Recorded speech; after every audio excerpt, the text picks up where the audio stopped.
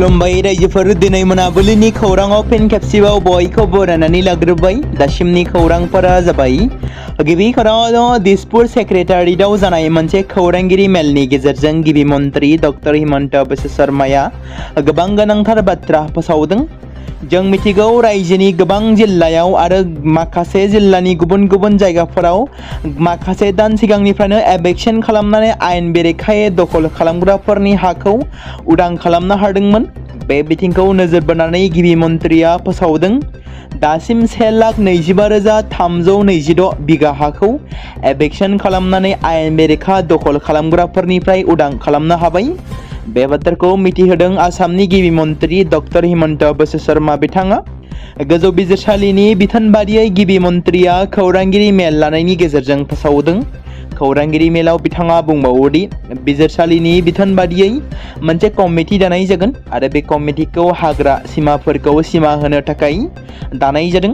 जिल्ला कमिशनार आरो हाग्रा बिफाननि दैदेननायाव बे कमिटिखौ दानाय जागोन होनना मिथि मोनदों। दिनै बिटिसि आयेन आफादनि बुंथिगिरि त्रिदेब दैमारिनि मासि सामलायनायाव जर'खायै बिटिसि आयेन आफादनि स्पेशल सिजन खुंदों। जर'खा जथुमाव बाहागो लायो बिटिसिनि चिफ हाग्रामा महिलारिजों लोगोसे बिटिआरनि बारग' CM प्रमद बर' बिथाङाबो गोबां MCLA EM बिथांमोनाबो बाहागो लादोंमोन। मिथिनो मोननाय जादोंदि दिनैनि BTCLAनि जथुमाव सोलोंथाइ बिथिंखौ लानानै सावरायनाय जादों आरो बिटिसि आयेन आफादनि जथुमाव सोलोंथाइ बिलखौ पास खालामनो हानाया मोनसे जारिमिन होननानै फोरमायदों EM रबिराम नार्जारी बिथाङा। बर' सावथुन मुलुगनि बयजोंबो मिथिजानाय लोगोसे आसाम पुलिस कनस्टेबलाव जब मावबाय थानाय रिंकी ब्रह्मआ थांनाय सानखालि 24थि बिटिसि एकर्ड सान अदेबानि 24थि बड'लेण्ड डेआव बाहागो लाहैनायाव माखासे सावगारि सेबखांनायखौ समाजारि बिजोङाव फोसावदों। जेराव फोसावनाय सावगारियाव नुनो मोन्दों हारिनि थाखाय दावहा नांनानै मुंख्लं जानानै थांनाय नखरनि सुबुंनियाव फावखुंग्रि रिंकी ब्रह्मआ बिबार बावनानै खुलुमदों आरो बिथांजोआ केपसनाव बेखौनो लिरदों दि मामा नोंखौ अरायबो गोसोखांगोन। जेराव बिथाङा दानानै दोनजानाय माखासे मुंख्लं नखरनि खाम्फाथिलियाव बिथाङा बिबारजों मान बावहैदों आरो बिथांजोआ खुलुमदों। दासान्दि समाजारि बिजोङाव गोबां खेब सावरायजाबाय थानाय बलिउडनि रोंगौथि गोनां फावखुंगुर राजपाल यादवआ गावनि कमेडि आखु दिन्थिनायनि गेजेरजों बिथाङा बलिउड सावथुन मुलुगाव मोनसे जर'खा जायगा बानायदोंमोन। बिथाङा गावनि कमेडिनि थाखाय नायगिरिफोरनि गेजेराव जोबोद मुंदांखा जाबोदों। नाथाय दुखुनांथाव बाथ्रा दि बिथाङा दासान्दि गोब्राब समजों मोगा-मोगि जानांगासिनो दं। गोबाव समनिफ्राय थालांनाय चेक बाउन्सनि केसनि थाखाय बिथांखौ बावैसो सिगां दिल्लीनि तिहार जोबथेसालियाव दोननाय जादों। मोनसे रिपर्टनि बायदिब्ला गिबियाव सावथुन रां थिसननायखौ लानानै नांज्लायनाय जादोंमोन, जाय उनाव मोनसे आयेनारि दावहायाव सोलायलांदोंमोन, जायनि उनाव फावखुंगुरा दिल्लीनि तिहार जेलाव गावखौ गथायनो गोनां जादोंमोन। बे समावनो बिथांनि रांखान्थियारि हालोदनि बागै बावैसो मोनसे रिपर्टबो फैदों। खौरां मोननाय बायदिब्ला राजपाल यादवनि सायाव 9 कौटि रां दाहार दं। फावखुंगुरनि जोबथेसालियाव थानांनायनि खौरां फैनायनि उनाव फावखुंगुर सनु सूदआ गावनि मददखौ राजपालनिसिम बांहोदों। जेराव सनु सूदआ बुंदों राजपाल यादवआ गावनि फैनो गोनां उननि सावथुनाव फाव खालामगोन होनना फोरमायो आरो बेबादि खैफोद समाव गुबुन सेलिब्रिटिफोरखौबो राजपालनि फारसे मदद खालामनो थाखाय खावलायदों बिथाङा। फावखुंगुर गुरमीत चौधुरीयाबो बिथांखौ मोनफ्रोमबो रोखोमनि मदद खालामगोन होनना बुंदों। बेनि अनगायैबो बिथाङा दिहुनगिरि आरो सावथुन दिहुनगिरिफोरखौबो राजपाल यादवखौ हेफाजाब होनो थाखाय सिगांबोनो खावलायदों। सासे रोंगौथि गोनां आरो साहसि आइजो पुलिस अफिसारनि दुखुनांथावै जाब्रबथायाव जिउ गोमानाय खौराङा गोबां समाजारि बिजोङाव सावरायजादों। BBCनि मोनसे रिपर्टनि बादिब्ला एलिय' मेय' मुंनि सासे आइजोआ सनिबारखालि गंसे गुफुर सुपारकार डिफेन्डारजों सौग्रावनायाव जिउ गोमादोंमोन। सासे 77 बोसोर बैसोनि सुबुङा बिथांजोखौ गिख्रंथावै गारिजों सौग्राव होनानै जिउ फोजोबनायनि सन्देहआव खानाय जादोंमोन, उनाव जामिनाव हगारनाय जादोंमोन। बे जाथाया USआव जादोंमोन। रिपर्टनि बादिब्ला बिथांजोआ 6 बोसोरनिबो बांसिन समसिम पुलिसाव खामानि मावबोगासिनो दंमोन। नाथाय दुखुनांथाव बाथ्रायै बिथाङा मोनसे गिख्रंथावै गारिजों सौग्रावनायाव एबा गिख्रंथाव जाब्रबथायाव मोगा-मोगिजों बिथांजोआ गावनि अबथिरायै जिउखौ फोजोबना लानो गोनां जायो। बिफांनि बिलाइफोरखौ ना आरो माइरंखौ खनसेयावनो ना आरो माइरंखौ दाब्ले माइरं खालामनो हानाय मायेंनि जादुगर रनेन्द्र नाथआ बे बुहुमाव गैलिया। दुखुनांथाव बाथ्रा दि मैया गुवाहाटी मेडिकेल कलेजाव जादुगरा रुंसारि जायो। दिनै पस्टमर्टेम आनजादनि उनाव रनेन्द्रनि गोथै सहखौ राजा मायंनि न'आव लानानै थांनाय जागोन। जाथायनि बागै मिथिनो मोननाय बादिब्ला मायंनि चंकाटआव जादु दिन्थिफुंनानै न'आव फैफिनबाय थानाय समावनो बाइक एक्सिडेन्टआव गोग्लैनायनि उनाव सप्तासे सिगांनिफ्रायनो फाहामथाय लागासिनो दंमोन। नाथाय हरखाबै रुंसारि जायो। 43 बोसोर बैसोनि जादुगरनि थैनायनि खौराङा ओनसोलाव मोनसे दुखुनि साया खोख्लैदों। रनेन्द्रआ सासे जादुगरल' नङामोन, बिथाङा फेस्ला फाव खालामनाय आरो देंखोनि बेलायावबो नांथाबग्रा सासे सुबुंमोन। रनेन्द्र नाथआ गावनि जादु रोंगौथिजों हादोरजों लोगोसे गुबुन गुबुन हादोरनि गोबां दावबायारिफोरखौबो रंजाहोनो हादोंमोन। थांनाय 20 बोसोराव बियो मायंनि दावबायनायनि मोनसे गोनांथार बाहागो जालांदोंमोन।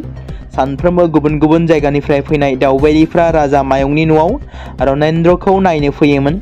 बबेतरानि खाथि मोनफ्रोमबो मुंदांखा रिजर्टआव रनेन्द्रनि जादुखौ नुनानै दावबायारिफ्रा गोमोयोमोन। मायं नखरनि 4 बिदा फंबायफोरनि गेजेराव रनेन्द्रआ थामथिमोन। थैनायनि समाव बियो गावनि बिसि आरो 2 गथ'फोरखौ अरायनि थाखाय नागारनानै थाङो। रनेन्द्रआ मायं रिजनेल कलेजनि बिबुंगोरा डक्टर उत्पल नाथनि फंबायमोन होनना रिपर्टआव फोरमायदों। मोनसे दुखुनांथाव खौरां।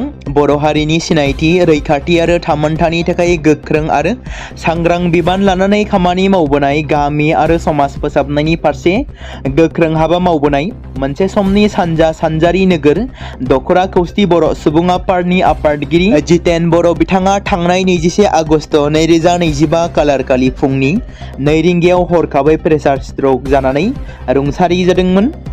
दिनै बिथांनिनो बान्द्रा आसार सारादुखौ गावनि आंगो गामि 3 नं नावकाटा गामियाव खुंनाय जायो आरो बे हाबाफारियावनो बिथांनि मुंख्लं खाम्फायाव बिबार बावजेनगिरि महरै धेमाजि जिल्ला खौस्टि बर' सुबुं आफादनि मानगोनां आफादगिरि रातिराम बसुमतारी बिथाङा बावजेनग्रोयो। बे हाबाफारियावनो धेमाजि जिल्ला खौस्टि बर' सुबुं आफादनि गुबुन गुबुन बिबानाव थानाय दैदेनगिरिफोरजों लोगोसे ULDC आरो जनायगुदि एक्सबिलिटि वेलफेयार ससाइटि सारेन्डार NDB, सानजा सानजारि नोगोर दखरा खौस्टि बर' सुबुं आफाद, सिमेन्ट दखरा एबसु, सिमेन्ट गुदि बर' थुनलाइ आफाद, लाइमोन आफाद दुलाराय बाथौ गौथुम आरो रायजो राजाफ्रा बाहागो लानानै बिबार बावनाय हाबाफारिखौ जाफुंसार होयो। बे समाव मोनसे गोनां फोसावथाय बर' सावथुन नायनानै मोजां मोनग्रा गासै बर' रायजो राजाफोरनि गेजेराव लानानै फैदों मोनसे बर'नि OTT प्लेटफर्म गोनां, जाय प्लेटफर्मनि गेजेरजों नोंथांमोना बर'नि गोदान सावथुनफोरखौ नुनो मोनगोन। थांनाय माखासे बोसोर सिगां बर'नि गेजेराव लानानै फैनाय निउबो एप बायदिनो फिन आरोबाव लानानै फैदों बर' रायजो राजाफोरनि थाखाय। बे बाथ्राखौ मख'नाया गोनांदि 2025 मायथाइनि जानुवारि दानाव ओंखारनाय आंगो स्ट्रिम मुंनि मोनसे OTT प्लेटफर्म गोनां निउबो एपनि गेजेरजों नोंथांमोना गोबांथार बर'नि सावथुनफोर जेरै ट्रेजेडि, रमान्टिक, एक्शन आरो कमेडिजों बुंफबनाय सावथुनफोरखौ नुनो मोनगोन। जेरै सनानि नखर, थांखि गैयै समाज, अनसुला आफा, हिर', बिमा बायदि बाजै, अर, थैसाम, वान्टेड, संदान आरो रं नाम्बार बायदि सावथुनफोरा मख'जाथाव।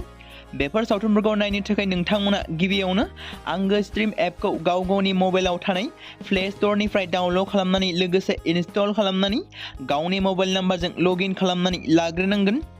बेनि उनाव नोंथांमोना गोबांथार नुनो मोनै सावथुनफोरखौ गुगोल पे, फन पे आरो पेटिएमजों रं नाम्बार सावथुनखौ नायनो थाखाय 60 रां आरो संदान सावथुनखौ नायनो थाखाय 80 रां, वान्टेड सावथुनखौ नायनो थाखाय 60 रां, थैसाम सावथुनखौ नायनो थाखाय 60 रां बेबायदिनो गोबांथार नुनो मोनै सावथुनफोरखौ नायनो थाखाय सुबिदा खालामनानै होदों आंगो स्ट्रिम प्लेटफर्मा। फिन नोंथांमोननि गेजेराव फोरमायबावनो लादों बर' सावथुन नायनानै मोजां मोनग्रा गासै बर' रायजो राजाफोरनि गेजेराव लानानै फैदों मोनसे बर'नि OTT प्लेटफर्म गोनां, जाय प्लेटफर्मनि गेजेरजों नोंथांमोना बर'नि नुनो मोनै सावथुनफोर जेराव गोजाम सावथुनफोरखौ नुनो मोनगोन।